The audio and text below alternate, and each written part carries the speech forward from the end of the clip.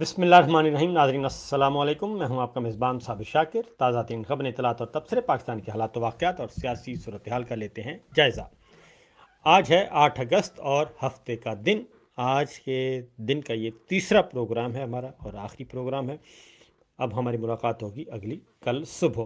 تو صورتحال کیا ہے؟ پہلے میں نے داخلی سیاست کے حوالے سے ایک پروگرام کیا، پچھلا سیشن جو تھا۔ اب ایک اور پروگرام کرتے ہیں، کیونکہ خارجی محاذ پہ بہت زیادہ دعوے کیے جا رہے ہیں اور بڑے بڑے معاہدے ہو رہے ہیں، اور ان میں سے ایک معاہدہ ہے پاکستان، سعودی عرب اور ترکیے کا۔ یہ دفاعی فوجی معاہدہ ہے۔ پہلے معاہدہ ہوا پاکستان اور سعودی عرب کا، لیکن اس کے بارے میں علم کسی کو نہیں ہے۔ یہ بات ذہن میں رکھیے گا کہ کسی کو بھی اس کے بارے میں علم نہیں ہے کہ وہ کیا معاہدہ ہے۔ اب دوسرا معاہدہ ہوا ہے، اس میں اب سہ فریقی ہو گیا ہے، اس میں ترکیہ بھی شامل ہو گئے ہیں۔ یہ فوجی دفاعی معاہدہ ہے۔ اس پہ اندرون ملک سے زیادہ اس پہ نظریں ہیں بیرون ملک کی، بیرونی دنیا کی، اور خاص طور پہ خطے کی صورتحال آئندہ کی کیا ہوگی، طاقت کا توازن۔ اس معاہدے پہ نظر ہے چائنا کی، امریکہ کی، برطانیہ کی، یورپ کی، نیٹو کی، انڈیا کی، اور ان سب کی نظریں اس معاہدے پر ہیں، اور ہر کوئی کوشش کر رہا ہے کہ اس کے خد و خال کا علم ہو اور اس کے اندر چھپا ہوا راز جاننے کی کوشش کی جا رہی ہے۔ اس پہ بہت سارے ہمارے دوست دانشور لکھ رہے ہیں، عالمی میڈیا بھی لکھ رہا ہے۔ فخر الرحمان بھائی ہیں ہمارے، بہت اچھے، انہوں نے بھی اس کا بیک گراؤنڈ اور اس کا پس منظر بیان کیا ہے۔ تو مختلف چیزوں کو لے کے ہم آپ کے سامنے رکھتے ہیں تاکہ آپ کو بھی اندازہ ہو سکے، اور خاص طور پہ ہماری نوجوان نسل جو ہے، یوتھ ہے، اس کو ضرور پتہ ہونا چاہیے کہ یہ ماجرا کیا ہے۔ ویسے تو ماشاءاللہ آپ سب لوگ پڑھے لکھے ہیں، سمجھدار ہیں، لیکن پھر بھی ہمارا بھی فرض ہے کہ ہم بھی اپنے ناظرین کو اپ ڈیٹ رکھیں۔ صورتحال کیا ہے؟ سچویشن اس وقت یہ ہے کہ یہ سہ فریقی معاہدہ ہے، اس میں 3 ملک ہیں۔ پاکستان اس میں سب سے امپورٹنٹ اس اعتبار سے ہے کہ پاکستان دنیا کا واحد اسلامی ملک ہے جس کے پاس جوہری طاقت ہے، جوہری ہتھیار ہیں۔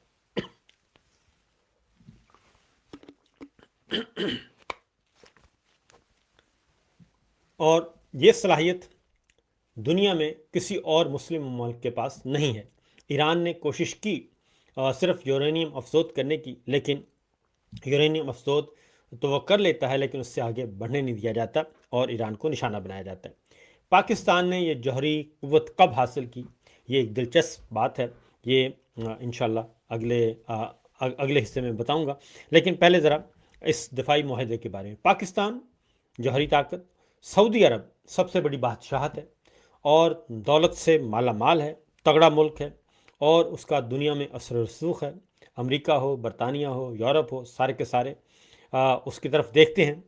تیسرا ملک ہے، لیکن اس کے پاس فوجی طاقت نہیں ہے، فوجی صلاحیت نہیں ہے، اور دفاعی اعتبار سے وہ اتنا تگڑا ملک نہیں ہے۔ ترکیہ جو ہے وہ بہت زیادہ، ترکیہ آپ کو معلوم ہے کہ جانا پہچانا بڑی فوجی طاقت، بڑی فوجی قوت، اور سب سے بڑی مسلم دنیا میں بحریہ اس کے پاس ہے، اور فضائیہ، تگڑی فضائیہ ہے، تگڑی فوج ہے۔ اور یہ 3 ملک جو ہیں، اگر یہ کمبینیشن بہت اچھا بن گیا ہے، اور اس میں کوئی شک نہیں ہے کہ ایک اچھا کمبینیشن کے ساتھ آئے ہیں، لیکن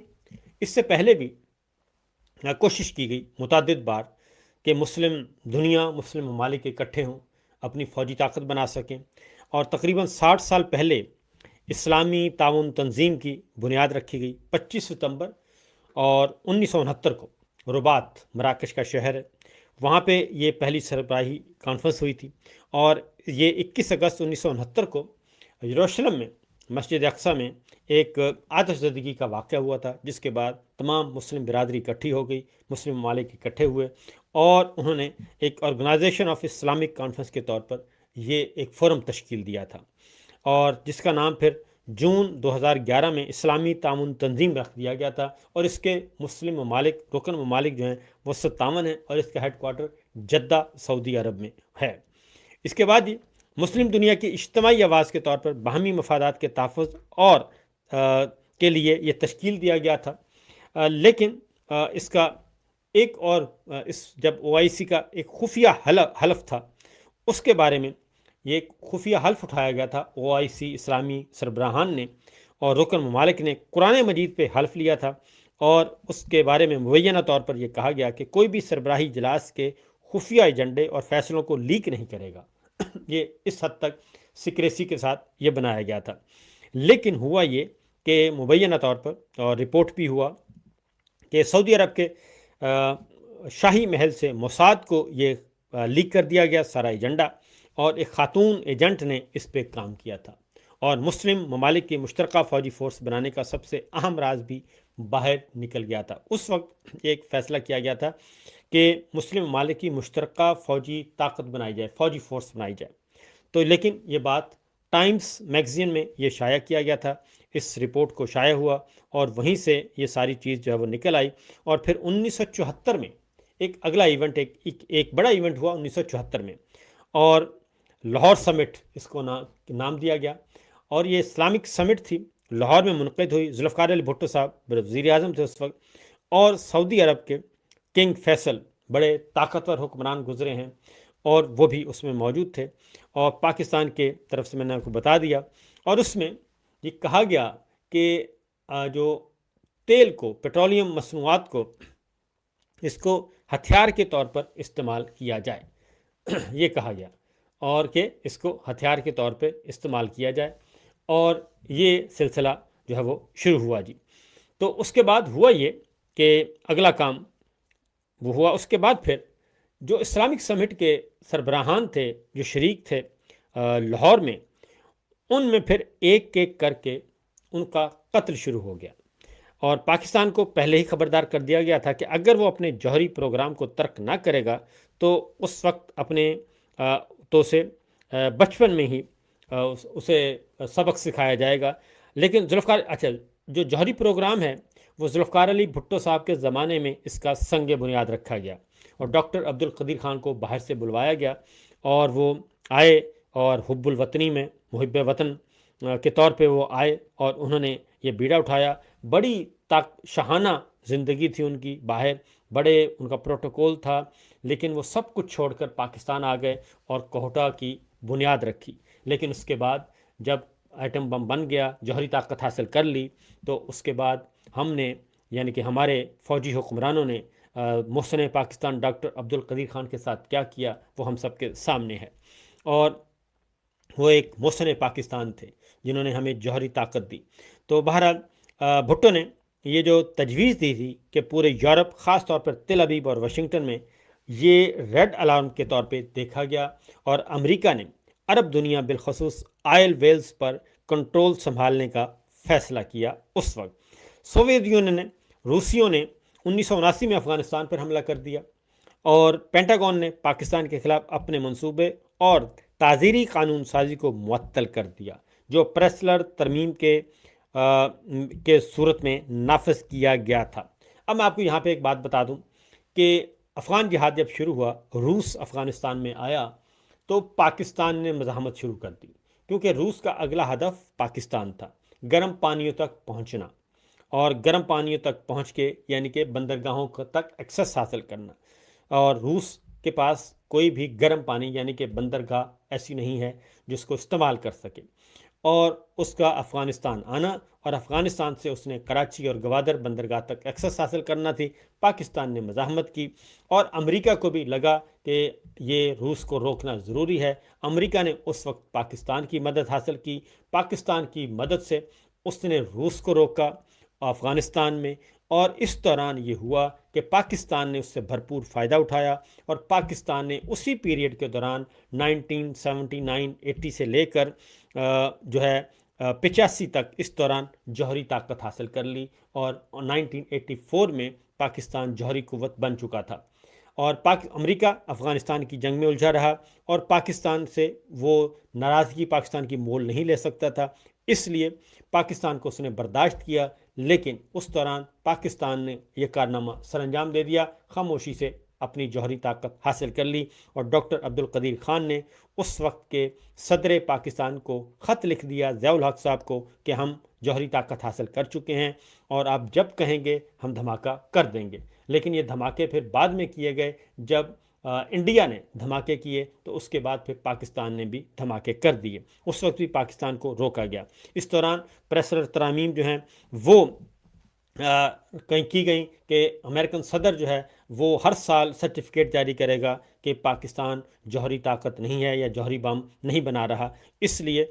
وہ پھر اس کو ویو آف کرتے رہے اور پاکستان کا یہ کام چلتا رہا۔ اس دوران یہ ہوا جی کہ مسلم رہنماؤں کے قتل کا سلسلہ شروع ہو گیا 1974 کے بعد، اور ایک ایک کر کے اس میں کنگ فیصل سب سے پہلے گئے، اور مصر کے انور سادات گئے، عراق کے صدام حسین بعد میں گئے، لیبیا کے کرنل قذافی بعد میں گئے، اور شام کے بشار الاسد جو ہیں وہ ابھی آپ کو معلوم ہے ان کا بھی ہوا، اور ذوالفقار علی بھٹو صاحب کو پھانسی دے دی گئی۔ یہ اس اسلامک سمٹ کے سربراہان کے سارے سربراہان جو تھے ان کا انجام یہ ہوا، اور یہ حسن اتفاق تو نہیں ہے، محض اتفاق تو نہیں ہے، بلکہ جو کہ میں نے کنگ فیصل کی رپورٹ پڑھی ہے، کنگ فیصل کے بارے میں جو ان کے رشتے میں ان کے بھتیجے لگتے تھے، انہوں نے وہ آئے تھے مغرب سے پڑھ کر، اور وہ سیدھے کیونکہ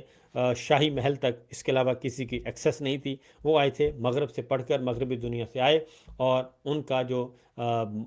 ہے وہ ہے مائنڈ میک اپ پہلے سے کیا جا چکا تھا، اور انہوں نے کنگ فیصل کو شہید کیا،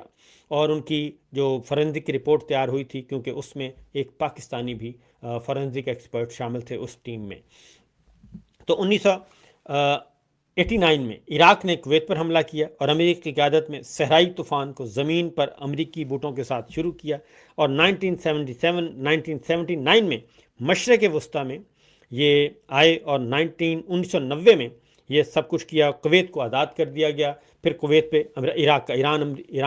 ایران عراق کی جنگ جو تھی، اس کے بعد عراق نے کویت پہ قبضہ کر لیا تھا، اور پھر کویت سے قبضہ واپس لیا، اور اس کے بعد صدام حسین کا بھی آپ کو معلوم ہے کہ وہ بھی ہو گیا۔ اس کے بعد آتے ہیں جناب، اب اس ذرا معاہدے کی طرف آتے ہیں، یہ مکہ دفاعی معاہدہ، اس کے بارے میں کیا صورتحال ہے؟ مکہ دفاعی معاہدے کے بارے میں جی میں نے آپ کو بتا دیا، تینوں ملکوں کی صلاحیت بتا دی، اور اس کے بعد OIC کا تجربہ بھی بتا دیا کہ 6 دہائیوں میں جو OIC ہے وہ کوئی خاطر خواہ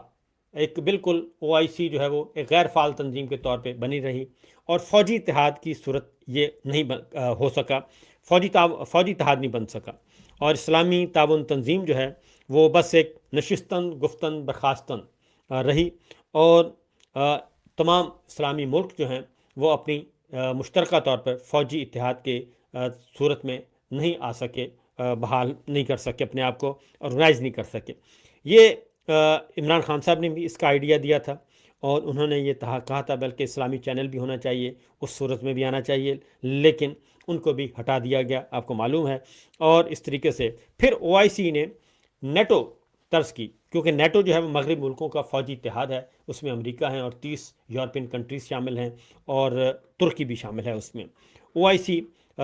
نیٹو طرز کا فوجی اتحاد نہیں بن سکا، جو میں نے آپ کو بتایا۔ اب مسلم دنیا مشترکہ سیاسی اعلامیہ جاری کرنے میں تو کامیاب رہتی ہے، جب بھی کوئی ایشو ہوتا ہے OIC ایک پریس ریلیز جاری کر دیتی ہے، اور وہ خواہ اسرائیل کا معاملہ ہو، فلسطین کا معاملہ ہو، غزہ کا معاملہ ہو، کشمیر کا معاملہ ہو، کوئی اور ایشو ہو، تو اس کے علاوہ اور کچھ نہیں۔ اب مکہ دفاعی معاہدے کی اہمیت کیا ہے؟ تو اب چونکہ ایران کی جنگ جو شروع ہوئی، ایران امریکہ اسرائیل جنگ، اب اسرائیل ابراہم اکارڈ آ رہا ہے، یہ بات ذہن میں رکھیے گا، ابراہم اکارڈ جو ہے اب اسرائیل کو تسلیم، وہ کہتے ہیں اسرائیل کو تسلیم کریں، بائی فورس اسرائیل کو تسلیم کروایا جا رہا ہے، اور اس میں پھر OIC ڈیوائیڈ ہو گئی، اور جن ملکوں نے تسلیم نہیں کیا تھا انہوں نے بھی تسلیم کر لیا، اور اب 3 ملک رہتے ہیں جنہوں نے اسرائیل کو تسلیم نہیں کیا، اس میں سعودی عرب ہے، اور اس میں پاکستان ہے، اور اس میں ایران ہے۔ ترکی جو ہے وہ اسرائیل کو تسلیم کر چکا ہے، اس کے سفارتی تعلقات موجود ہیں، اور وہ سفارتی محاذ پہ ایک دوسرے کے مخالف رہتے ہیں۔ اس کے ساتھ ساتھ جی آگے آتے ہیں جی، یہ پوری مسلم دنیا کو ایک اتحاد میں شامل کرنے کے بجائے 3 ایسی ریاستوں کو جوڑنا جن کی عسکری اور معاشی صلاحیتیں ایک دوسرے کی تکمیل کرتی ہیں۔ اب آتے ہیں OIC کا خفیہ حلف کے بارے میں آپ کو بتا چکا ہوں کہ وہ خفیہ حلف کی کہانی کیا تھی، وہ پھر آؤٹ ہوگی، پھر 1974 کا بھی بتا دیا، مسلم دنیا کا جو ایک نیا دور شروع کرنے کی بات کی گئی۔ 1977 میں نے آپ کو بتایا کہ جس نے پورے خطے کی صورتحال کو تبدیل کیا، اس میں 2 واقعات تھے 1979 میں، ایک تھا ایران کا انقلاب جس میں امام خمینی آئے اور انہوں نے آ کے ایران میں انقلاب برپا کر دیا اور رضا شاہ پہلوی کو وہاں سے دوڑنا پڑا۔ دوسرا تھا روس کا افغانستان پہ حملہ۔ یہ دونوں آپس میں تھے، ایک ہی سال میں یہ واقعات ہوئے، اور دسمبر 1979 میں جو ہے وہ سوویت یونین نے افغانستان میں فوجیں داخل کیں، اور 1979 میں 79 میں ہی امام خمینی نے ایران میں فوج جو ہے وہ عوامی انقلاب برپا کر دیا، اور اس کے بعد صورتحال بدل گئی۔ اور اس کے ساتھ ساتھ خلیج فارس، تیل، ایران اور سوویت توسیع پسندی کا ایک بڑا اسٹریٹجک مسئلے کا وہ حصہ بن گیا ایران بھی۔ اور اس طریقے سے صدر جیمی کارٹر نے جنوری 1980 میں واضح کیا کہ خلیج فارس پر کسی بیرونی طاقت کا کنٹرول امریکہ کے اہم مفادات کے لیے خطرہ سمجھا جائے گا، اور اسے فوجی طاقت کے ذریعے روکا جا سکتا ہے۔ اور پھر بعد میں جو ہے وہ کارٹن ڈاکٹرائن کے نام سے یہ معروف ہوا، یہ سارے کا سارا آیا۔ اور کہتے ہیں کہ جی 1979 کے بعد امریکہ نے خلیج میں اپنی عسکری موجودگی اور دفاعی حکمت عملی کو غیر معمولی طور پر مضبوط کیا۔ خلیجی ملکوں میں پھر امریکہ کے فوجی اڈے قائم ہونا شروع ہوئے، اور پاکستان نے پوری جنگ جو ہے روس کے خلاف وہ امریکہ کے ایک اتحادی کے طور پر، اہم اتحادی کے طور پر لڑی۔ اور جنرل ضیاء صاحب اس وقت ہمارے حکمران تھے، اور ان کا ریڈ کارپٹ پر استقبال کیا جاتا تھا، ان کی ہر جگہ ایکسیس تھی، اور ان کو ہاتھوں ہاتھ لیا جاتا تھا، اسامہ بن لادن ہوں یا پھر افغان جہادی کمانڈر ہوں۔ اور پھر پاکستان میں افغان نہیں بلکہ دنیا بھر سے مجاہدین آئے، ان کو ٹرینڈ کیا گیا اور ان کو افغان جہاد میں شامل کیا گیا، اور وہ ایک الگ چیپٹر موجود ہے، وہ اس کے بعد بات کریں گے۔ 1985 میں جی امریکن کانگریس نے پریسلر امینڈمنٹ منظور کی، جس کے تحت امریکی صدر کو ہر سال تصدیق کرنا ہوتی تھی کہ پاکستان کے پاس جوہری ہتھیار نہیں ہے، جیسے کہ میں نے آپ کو بتایا۔ لیکن پھر جب یہ تبدیل ہوگی سچویشن، روس میں رضا شاہ پہلوی کا تختہ الٹ گیا، اور افغانستان میں روس آ گیا، سوویت یونین ادھر آ گئے، تو اس کے بعد پھر سچویشن تبدیل ہو گئی، اور واشنگٹن کو پاکستان کے جوہری پروگرام پہ تشویش تو رہی، لیکن پاکستان کا جوہری پروگرام رک نہ سکا، نہ ہی رکوایا جا سکا، اور پاکستان آگے بڑھتا گیا۔ عراق، کویت اور خلیج میں امریکی سیکورٹی جو ہے 1990 میں عراق نے کویت پر جو حملہ کیا، اور اس کے بعد خلیج میں ایک بہت بڑی فوجی طاقت جمع کی امریکہ نے، اور 1991 میں آپریشن ڈیزرٹ سٹارم کے ذریعے کویت کو آزاد کروایا، اور وہیں سے صدام کا ڈکلائن شروع ہوتا ہے۔ اور یہ کویت کی صرف آزادی کا معاملہ نہیں تھا، بلکہ اس جنگ نے خلیج میں امریکی سیکورٹی نظام کو مزید مضبوط اور مستقل کر دیا۔ اگلی کئی دہائیوں تک بنیادی فارمولہ کچھ یوں رہا کہ امریکی عسکری طاقت، خلیجی دولت، مقامی اتحادی، خلیجی سلامتی، ایران کو بتدریج اس سیکورٹی نظام کے بنیادی علاقائی معاملات جو ہیں وہ انہوں نے دیکھا جی۔ اور اس کے ساتھ ساتھ اب یہ ہے جی کہ معاہدہ، یہ مکہ معاہدہ جو ہے، اب آتے ہیں مکہ معاہدے کی طرف۔ یہ مکہ معاہدہ وہ کہتے ہیں کیوں اس وقت اہم ہے، اور خلیجی ممالک نے گزشتہ برسوں میں میزائل حملوں، ڈرون حملوں، پراکسی جنگوں اور ایران کے بڑھتے ہوئے علاقائی اثر و رسوخ کے خطرات دیکھے ہیں، اور ساتھ ہی واشنگٹن پر مکمل انحصار کے بارے میں بھی سوالات بڑھ رہے ہیں، کیونکہ یہ جو لڑائی ہوئی ہے حالیہ ایران اور اسرائیل اور امریکہ کی، اس میں کویت پہ حملہ ہوا، قطر میں حملے ہوئے، یو اے ای میں حملے ہوئے، سعودی عرب میں حملے ہوئے، بحرین میں حملے ہوئے، اور اردن میں حملے ہوئے۔ تو کہیں سے بھی امریکہ نے اپنے ان اتحادیوں کی مدد نہیں کی، جیسے کہ کرنی چاہیے تھی، وہ مدد نہیں کی گئی، جس کی وجہ سے یہ معاملات جو ہیں وہ زیادہ گڑبڑ ہو گئے اور معاملات بگڑ گئے۔ اور اب یہ محسوس کیا گیا دوبارہ سے کہ جناب یہ سلسلہ دوبارہ شروع کیا جائے اور معاملات کو آگے بڑھایا جائے۔ اور نتیجہ یہ نکلا کہ سعودی عرب نے اپنی خارجہ اور دفاعی پالیسی میں اسٹریٹجک جو ہے وہ سلسلہ شروع کیا، اسٹریٹجیکلی سوچا، اور انہوں نے پاکستان کے ساتھ پہلے معاہدہ کیا، اور اب ترکیہ بھی اس کے ساتھ آ چکا ہے، اور پاکستان کے ساتھ، کیونکہ اب تینوں ملک جو ہیں وہ تگڑے ملک ہیں، اور اگر تینوں ملک آپس میں ملتے ہیں تو یہ ایک بہت بڑی کامیابی ہے۔ تو آگے سوال بھی پیدا ہوتا ہے کہ کیا یہ واقعی مسلم نیٹو بن سکے گا؟ فوجی اتحاد بن سکے گا جیسے کہ نیٹو ہے، اور اس کے پاس مستقل ادارہ، کیونکہ نیٹو کے پاس مستقل ایک ہیڈ کوارٹر موجود ہے جی، اور ان کی یہ چین آف کمانڈ موجود ہے، ان کا ایک سلسلہ موجود ہے، ان کا ایک فنڈ موجود ہے۔ تو ابھی تک اس کا کوئی فنڈ نہیں، ہیڈ کوارٹر نہیں۔ ایک ہیڈ کوارٹر بنا ہوا ہے سعودی عرب میں، وہ ہم نے دیکھا ہے، لیکن ابھی وہ صرف محض کمرے ہیں اور کچھ بھی نہیں ہے، جس کے سربراہ جنرل راحیل شریف صاحب کو بنایا گیا تھا۔ ابھی تک ایسا کچھ نہیں ہے۔ کیا تینوں ممالک جو ہیں، سوال یہ ہے کہ اب تینوں ممالک کیا مشترکہ فوجی مشقیں کریں گے؟ کیا انٹیلیجنس شیئرنگ مستقل نظام بنائیں گے؟ کیا دفاعی پیداوار اور ٹیکنالوجی میں مشترکہ منصوبے شروع ہوں گے؟ کیا مستقل مشترکہ کمانڈ قائم ہوگی؟ اور سب سے اہم بات یہ ہے کہ کون سا حملہ، ایسا حملہ تصور کیا جائے گا کہ جس کے نتیجے میں کہا جائے گا کہ ایک پر حملہ تو سب پر حملہ؟ یعنی کہ ایسے کون سے وہ میکانزم کیا ہوں گے، کس حملے کو کہا جائے گا کہ اب تینوں ملک مل کر لڑیں گے؟ ابھی اس کے بارے میں سوالات اٹھ رہے ہیں۔ اور ایک زیادہ حساس سوال یہ بھی ہے کہ رجیم سیکورٹی، اس پورے معاملے کا ایک اور پہلو وہ کہتے ہیں یہ بھی ہے کہ جس پہ سنجیدگی سے غور کرنا چاہیے کہ کیا یہ اتحاد صرف ریاستوں کو بیرونی حملوں سے بچائے گا یا ان ریاستوں کے داخلی استحکام کو بھی مضبوط کر سکتا ہے؟ یعنی مشترکہ اکانومی ہو سکتی ہے، مشترکہ خزانہ ہو سکتا ہے، اور اس طرح سے کیا ہوگا؟ ایک روایتی دفاعی اتحاد کا بنیادی مقصد ملک کی سرحدوں اور خود مختاری کا بیرونی جارحیت سے دفاع ہونا ہے، لیکن بعض سیاسی نظاموں میں نیشنل سیکورٹی اور رجیم سیکورٹی ایک دوسرے سے مل جاتے ہیں، یہ ماہرین کا کہنا ہے۔ اور پھر یہ کہ سیاسی عدم استحکام، مسلح بغاوت، دہشت گردی یا داخلی بحران بھی قومی سلامتی کا مسئلہ قرار دیا جا سکتا ہے۔ اس کا مطلب یہ نہیں کہ مکہ دفاعی معاہدہ لازماً داخلی سیاسی مخالفت کو دبانے کے لیے بنایا گیا ہے۔ ایسا دعویٰ شواہد کے بغیر درست کہتے ہیں کہ نہیں ہوگا جب تک کہ اس بارے میں کلیئر نہ ہو جائیں چیزیں۔ لیکن سوال جو ہیں وہ موجود ہیں کہ ترکیہ کی شمولیت تاریخ کا ایک دلچسپ تضاد بھی ہے، کیونکہ ترکیہ اور سعودی عرب ماضی میں جب سلطنت عثمانیہ تھی اس وقت بھی یہ رہے ہیں، ایک دوسرے کے مخالف رہے ہیں، اور پاکستان اور اب ایک بار پھر قریب آ گئے ہیں۔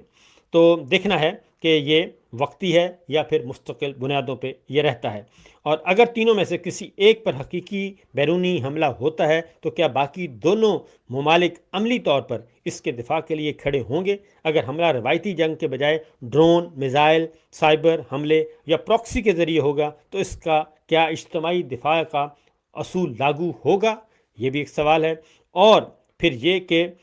سوالات جو موجود ہیں وہ یہ بھی ہیں کہ یہ ابھی تک کہ محض ایک سفارتی اعلامیہ سمجھنا بھی اسے غلط ہوگا، کیونکہ یہ صرف گفتن نشستن برخاستن یہ والا معاملہ نہیں ہے، یا OIC کی طرح اس کو نہیں دیکھنا چاہیے کہ یہ،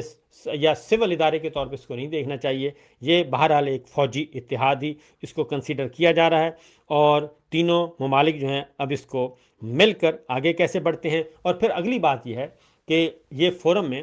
اب ایران کو بھی موقع مل سکتا ہے، ایران اس میں شامل ہو سکتا ہے، اس میں بحرین شامل ہو سکتا ہے، اس میں مصر شامل ہو سکتا ہے، اور اگر یہ سارے ممالک مستقبل میں آتے ہیں تو پھر یہ ایک واقعتاً مسلم فوجی اتحاد بن سکتا ہے۔ اور اگر یہ مسلم فوجی اتحاد بنتا ہے تو پھر امریکہ، برطانیہ، یورپ، نیٹو والے پھر اس کو کس نظر سے دیکھتے ہیں؟ اگر انہوں نے اس کو اپنا متحارب اور اپنا مخالف سمجھ لیا، مد مقابل سمجھ لیا، تو پھر ایک نیا کھیل شروع ہو جائے گا، جو کہ 1974 میں اسلامک سمٹ کے بعد ہوا تھا، کیونکہ وہ تمام سربراہان کو قتل کر دیا گیا تھا۔ فی الوقت اتنا ہی، اجازت دیجیے، اللہ حافظ۔